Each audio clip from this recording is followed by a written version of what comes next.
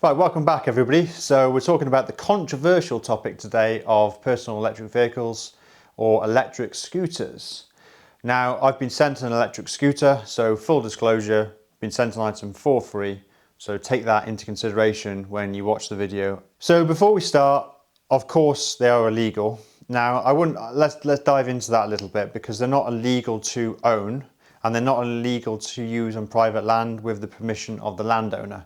Now, we actually live on a farm, so we have space, there's some tracks and things where I can use an electric scooter and I'm not going to be contravening any of the road laws.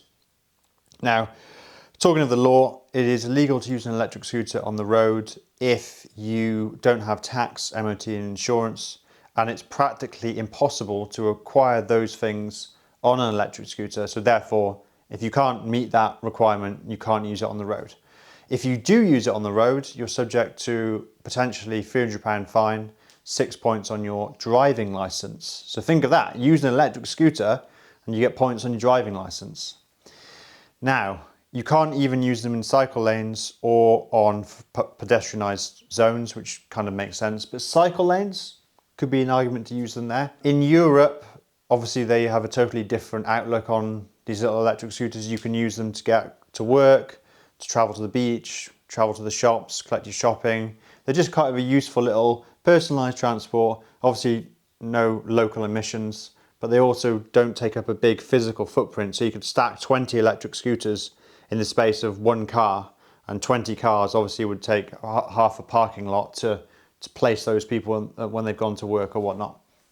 So I think it's a shame how in this country we've given an identity to these little devices as antisocial behaviour, crime, drug dealing, mobile phone theft, really a sign of UK society. It's not really the fault of an electric scooter that it's used for nefarious acts. I think it's more of a sign of the times rather than the fault of basically an inanimate object.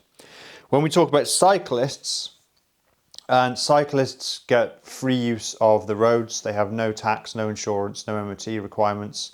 There's no ID. You can't ID a cyclist with a registration plate or ID plate of any kind. And they also travel 30, 40, even 50 miles an hour down a hill. And they also are a danger to pedestrians. Yet cycling, because it's so established, has got no requirement, no proficiency test, no nothing. I feel it's a shame how these items are unfairly kind of categorized in society. Now, the other thing which you're probably going to mention is, oh sure, don't let it set fire to your house.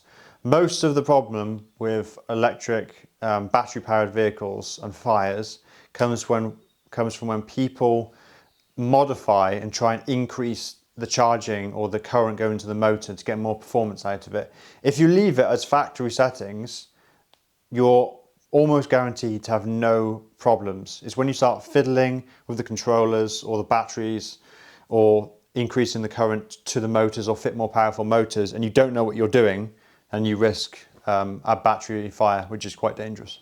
Being as we live on a farm, we can legally ride this little thing around the place and hopefully have a blast. Right, the other thing to mention whilst we do some unboxing, because unboxing never really goes smoothly, is that, oh, this is actually quite cool, is that electric scooters, of course, are going to start popping up in UK cities. So when you want to ride your own electric scooter, get the freedom to travel, your independence is outlawed. But of course, if a company that wants to franchise and place these little vehicles in the city centre, you can legally ride them as long as you pay the company a set cost per mile.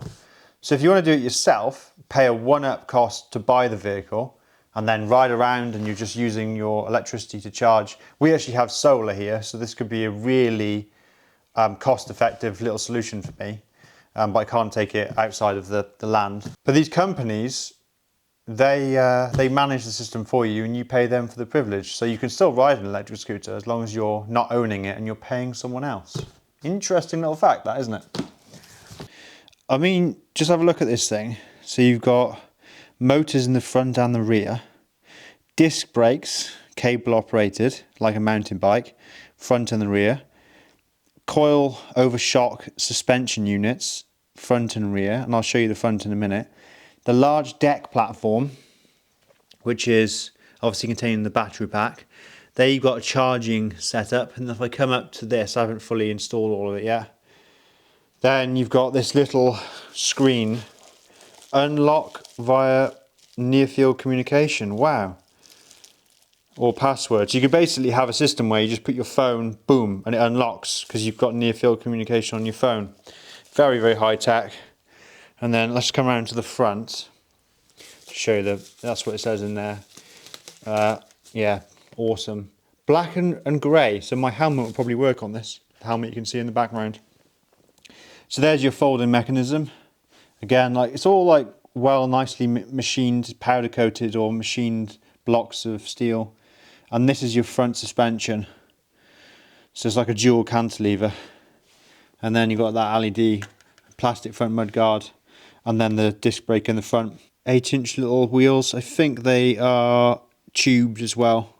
Don't quote me on that. Slightly off-road pattern, so you can use it off-road, this particular one.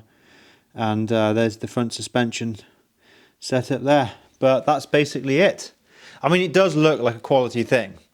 For whatever you think about them, this awesome dual motor, like I kind of wish that I had more opportunity to ride it, but I don't, so I'm not going to break any laws. So as lovely as it is, it's just farm track or nothing for this little thing.